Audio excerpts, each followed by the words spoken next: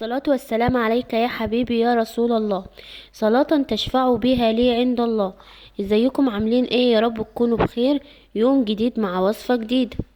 تعالوا بينا نعمل كفتة الرز. كفتة الرز دي الراعي الرسمي لرمضان. ربنا يعيد علينا الايام بخير. لسه ما عادش حاجة اصلا ويهل هلاله. كل سنة وانتم طيبين. اللهم بلغنا رمضان لا فاقدين ولا مفقودين، اللهم امين يا رب العالمين.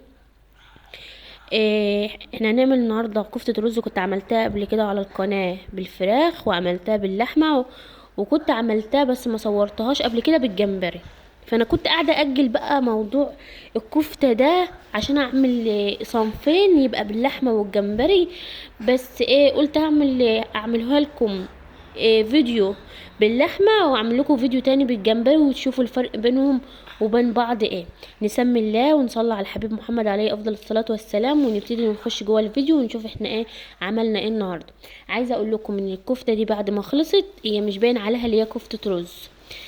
جميله جدا جدا ومختلفة عن المرة اللي فاتت اللي انا كنت عاملاها. عامة هو مختلفة عن اي مرة انا عملتها. سبحان الله، كل مرة بعملها فيها بيبقى لها طعم مختلف. الاكل ده اذواق زي ما قلنا ونفضل نقول. ممكن اللي يعجبني ما يعجبش غيري، هو اذواق. تمام. هقول لكم على المقادير بقى بتاعه كفتة الرز النهارده. خدت خدت معايا حوالي نص كيلو لحمة مفرومة. انا جبتها مفرومة جاهزة. خدت بصلاية ناشفة. خدت حوالي من 5 ل6 فصوص توم. واللي تكتري فيها الشبت والكزبرة، هما الاساس بتاع كفتة الرز. من غيرها ما بيديلهاش اللون الحلو ولا يديلها الطعم الحلو. تمام. خدت بطاطايه. البطاطايه دي متوسطه. دول على حوالي كيلو رز وحطيت نص كيلو لحمه. طبعا في ناس بتحط نص كيلو لحمه وعليه نص كيلو رز. كيلو لحمه عليه كيلو رز. ده اختياري. تمام. بس انا عملتها بحوالي نص كيلو لحمه على كيلو الرز وجت مظبوطه جدا والنتيجه بتاعتها كانت مبهره. وليكي كامل الحريه، عايزه تزودي اللحمه او تنقصيها ليكي كامل الحريه. مفيش لحمه وعندك صدور فراخ ممكن تعمليها وتبقى زي العسل. زي ما قلت لك انا كنت غاسله ومنشفه كام حزمه كده. لا اله الا الله محمد رسول الله. كام حزمه شبت على كزبره وهاخد بس على قد الاستخدام. طب يا مروه انت هتعرفي منين؟ هتعرفي منين اللي هي كده خدت كفايتها؟ مش كل حاجه بالمقادير. ممكن حاجات خلي عينيكي نظر فيها. وماشي الكوبايه والمعلقه حلوين في كل حاجه، احنا ما بنقولش حاجه، بس خلي عينيكي فيها نظر في الاكل وايديكي بتلمس الحاجه. فانت كل ما بتعملي اكل اكيد بتعايريه بعينيكي قبل ما يكون كوبايه او معلقه هي اللي بتعاير في ايديك. تمام. تمام. ابتديت بقى اللي انا اخلط مع بعضه. اخلط البصله على البطاطايه، على الفصوص التوم، الخمس فصوص توم، على شوية حوالي خدت ربطة كزبرة وربطة شبت عشان نبقى بالظبط كده وبالأمانة. هي دي المقادير بالظبط. طيب في ناس بتخلطها في الخلاط.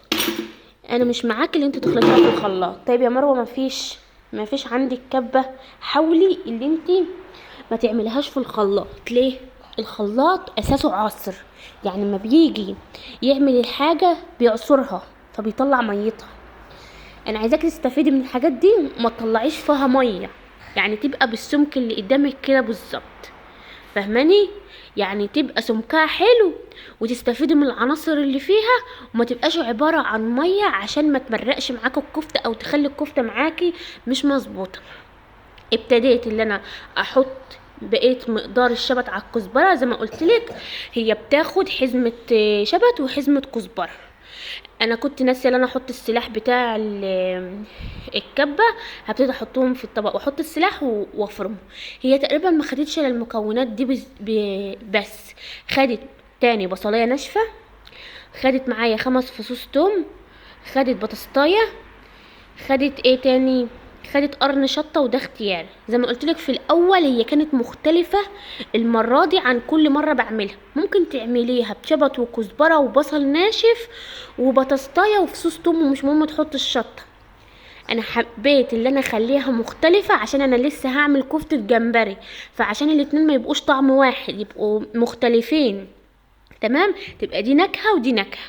ابتديت اللي انا افرمهم فرم ناعم جدا في الكبة، هخليها ناعمة ناعمة على قد ما اقدر. تمام، هوريك السمك بتاعها دلوقتي، وتبقى كده تمام متفل و14. طيب الرز كل مرة او كل سنة بعمله فيها، بعمل كمية. ايام ما كنت في مصر وكنت بعمله بقى عند اي حد عنده مفرمة كبيرة وكده. انا النهاردة جبت رز مطحون هوريهولك دلوقتي، واكيد موجود في مصر منه، حلو وبيوفر ومفيش اختلاف عنه عن الرز التاني. بس تمام، عايزه اقولك اللي هي كانت قرفتها خفيفه قوي، وخلصت في ثواني واتقلت في ثواني، وعملت معايا 4 اكياس. هو ما كملش كيلو لان الرز المطحون ده مش كيلو صافي، واللحمه برضو حاطه فيها حوالي نص كيلو. عايزه اقولك اللي فرطت معايا كتير. الاكل ده بركه، وكل ما بتبقى البركه في الاكل كل ما ربنا بيبارك فيه، ويبقى ليه طعم، وبيبقى يوفر كتير. فاهماني؟ يعني ال4 اكياس دول خلينا اعمل عليهم كمان بالجمبري كيلو، يعني كيلو رز عليه مثلا نص كيلو جمبري. اللي هعمله لك لسه باذن الله في فيديو تاني. وده 4 اكياس وده 4 اكياس، ال8 اكياس بالنسبه لنا حلوين اوي، وهيقضوا معايا شهر رمضان وهيبقوا 100 100. ابتديت بقى فتحت عليها على الخلطه دي خدت وقت، وحبيت اللي انا اعملها لك بالتفصيل، عشان في منكم بيشتكي ان الفيديوهات بتاعتي بتبقى يعني فيها اختصار كتير. فغصب عني والله.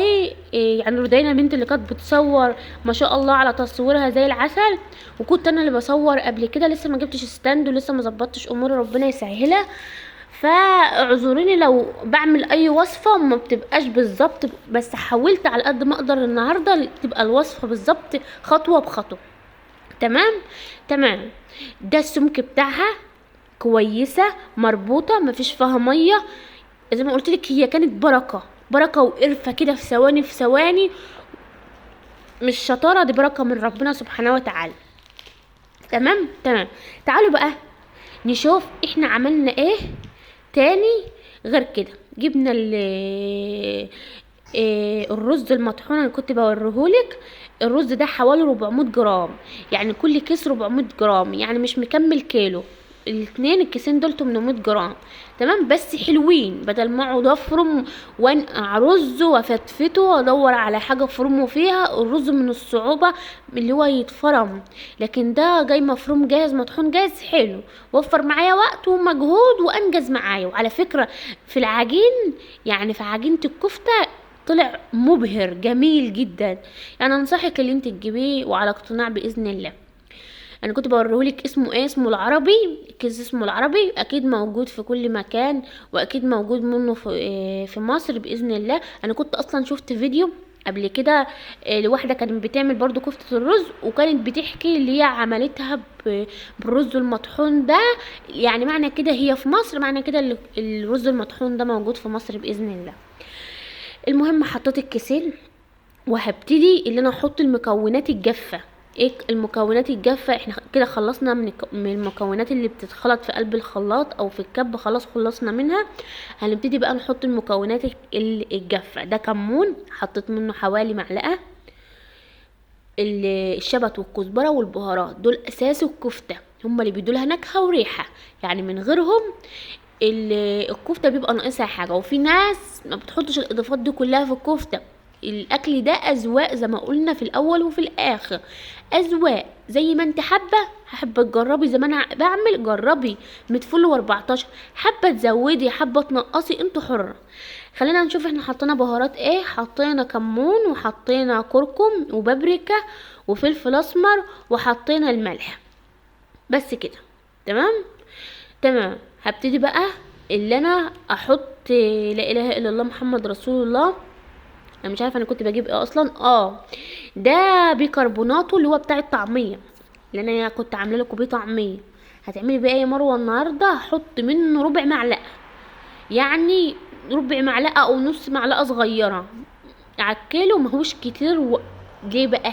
البيكربونات دي ليه؟ بيفرغ الكفته من جوه وبيخليها هشه، وبيخليها عامله زي الكيكه. شفت الكيكه اللي بتبقى الاسفنجيه اللي كل ما تضغطي عليها تقوم رايحه طالعه، كل ما تضغطي عليها تقوم طالعه لوحدها، يخليها يعني يخليها ما تخليهاش معجنه من جوه، بيخليها مفرغه من جوه وحلوه.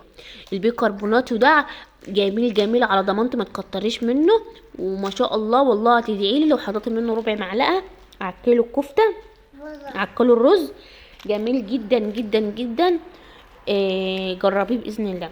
المهم ابتديت بقى، انا كنت اصلا جايبه كميه لحمه، يعني حوالي كيلو لحمه، فبيني وبينكم يعني كنت هحط كله، رجعت استكترته لان الرز مطحون جاهز كميه مش كتيره. فالمهم ابتديت ان انا احط اقسم اللحمه بالنص، وكانت لحمتها حلوه والله، ما كانتش قليله ما شاء الله. ايه اللي انا حطيته بعد اللحمه ده برغل، البرغل بتاع الكبابه. البرغل ده انا ما نقعتوش ولا اي حاجه، حطيت منه معلقه واحده بس. بيدي طعم، بيدي مطه كده في جوه الكفته. عايزه اقولك اللي كان بقولك طعمها مختلف تماما عما بعملها كل مره، بس حلوه يعني عجبتني. وهعمل لكم باذن الله كفته الجمبري، هتبقى مختلفه تماما عن كفته الرز بمكونات تانية خالص. هتحبها باذن الله. ربنا يعيد علينا الايام بخير يا رب، وربنا يخلي الحبايب كلهم ويخلي اللمه. الحقيقه ان الاكل ده مع اللمه حلو والله العظيم. فالحمد لله. نفسي هي اللي بتعمل. طبعا بعد ما عجنتها ووضبتها، بس مش عارفه مقطع العجن راح فين. المهم ما علينا، زي ما قلت لكم كوردانا هي اللي كانت بتصور، ف بدل ما تصور الطبق وهو معجون، صورتني وانا بروق في الحوض. كان في حاجات بقى في الحوض، كل ما اقشر بصلايه ارمي القشر في الحوض، كل ما افتح كيس ارمي القشر في الحوض، ما كانتش الزباله جنب مني، فكنت برمي كله في قلب الحوض. فابتديت بقى ان انا اروق كل حاجه. كفته ما تبتديش تصبعيها بعد العجنه بقى، تدي لها عجنه تمام زي ما يكون بتعجني في عجين. عايزه عجنه تمام، عشان كل ما تعجنيها كل ما تعمل حاجه اسمها عرق. العرق ده بيخلي الكفته حلوه، ويخليها لها مدغه كده وانت بتاكليها. تمام. ابتديت بقى ان انا اروق الحوض واشيل منه المواعين الاول، وبعد كده اشيل منه الحاجات اللي هي الاكياس والحاجات دي. وكنت نقعه فراخ جنبها، ابتديت ان انا اكيسها واعين بقيه اللحمه في الفريزر، وهم اروق الدنيا حواليا كده عما الكفته تستريح. يعني انا كان كل هدفي في الاطاله دي ان الكفته تاخد راحتها. يا رب اكون المرة دي الفيديو يكون واضح في كل حاجة، ويكون واخد حقه بالتفصيل. الكفتة دي جميلة جدا وطريقتها حلوة قوي، وزي ما قلت لك سمي الله في كل حاجة بتمسكيها، ربنا يبارك لك في كل حاجة بتمسكيها. وهتطلع من تحت ايدك حاجة تانية خالص. بإذن الله من غير ما اقطع، ربنا يحسن ما بين ايديكم يا رب جميعا. ابتديت بقى ان انا اخلص خلاص الحوض خلص، وتقريبا الكفته خدت لي ربع ساعه كده راحه، ارتاحت وبقت تمام التمام. وابتديت انا بقى اخدها واخد صينيه كبيره كده واقعد على الارض واصبعها. الخطوه دي ما رضيتش اصورها. نقطه زيت كده وتبتدي تسلكي بايديكي وتبتدي تصبعيها على حسب الصباع اللي انت عايزاه بقى تخين رفيع متوسط. عامه هي مش هتعجن، حتى لو انت عاملاها بصباعها تخين مش هتعجن، لان المكونات اللي انا حطاها عليها والبيكربونات وما شاء الله مخليها مفرغه من جوه وتحفه. محدش يصدق اصلا اللي هي كفته رز، بجد بجد طعمها لذيذ جدا وحلو. ربنا يجعلها بالف هنا وشفا يا رب، ويجعلها صحه وهنا لكل اللي هياكل منها. تمام. ابتديت بقى اللي انا اصبعهم، وابتديت اللي انا احط كده نص ازازه زيت كده محترمه. هي كفته بتاخد زيت، فانت تبقى عامله حسابك بقى في ازازه زيت. تمام. هبتدي بقى طبعا هعين الزيت ده هطبخ بيه تاني، مش هيترمى ولا حاجه، بس الكفته بتاخد زيت. الكفته اصلا كفته الرز دي اساسها الزيت. المهم ابتديت بقى ان انا احط بقى على قد المقلايه كفته على قد المقلايه، واحمر كده لون الجلد الحلو ده واطلع. اصفي واطلع، اصفي واطلع. خدت مني يجي 4 ادوار وطلعت زي الفل، لونها جميل، ومن جوه هوريها لك دلوقتي، شكلها من جوه مفرغه وجميله. وبس، ده كان فيديو النهارده. كل حاجه سهله لما نسمي الله، كل حاجه سهله. وننوي بينا وبين نفسنا اللي احنا عايزين نعمل، مش عك وليس كله كويس، لا، احنا عايزين نعمل وعايزين نخش المطبخ نعمل حاجه. الكفته كان فيها الروح عماله تتنطط من هنا لهنا. المهم قلت هقفل بقى الفيديو ده وابتدي اشيل الصباعين اللي وقعوا مني دول. المهم بقى، انا كنت بقولك ايه، كنت بقولك ان كل حاجه تمسكها بايديك تسمي الله وتنوي نيه كويسه. والله الاكل ده على قد ما هو نوايا، الاكل ده كل ما تبقى انت ضميرك كويس ومرتاح يبقى عندك نفس. مين قالك اللي هي شطاره؟ مش شطاره. كل ما انت تبقي سليمه من جوه ونظيفه من جوه، تبقي كل حاجه تطلع من بين ايديك كويسه. عمر العفويه والطيبه ما كانت وحشه، مهما يكون الناس وحشه والزمن وحش، عمر العفويه ما تبقى وحشه. هفضل مقتنعه كده لاخر يوم في عمري ان الطيب مصيره هيلاقي الطيب اللي زيه، هيلاقي زمن طيب، هيلاقي دنيا طيبه. مهما الدنيا تديله مصيره هيبقى له مستقبل. يعني بوريكي شكلها، شوف بضغط عليها عامله ازاي، اصلا بفتفتها عامله ازاي. الكفته دي تحفه، تحفه بمعنى الكلمه، جميله جدا. اتمنى تجربيها وتقولوا رايك في التعليقات. مع الف سلامه. بوريكي عملت 4 اكياس اهو. مع الف سلامه.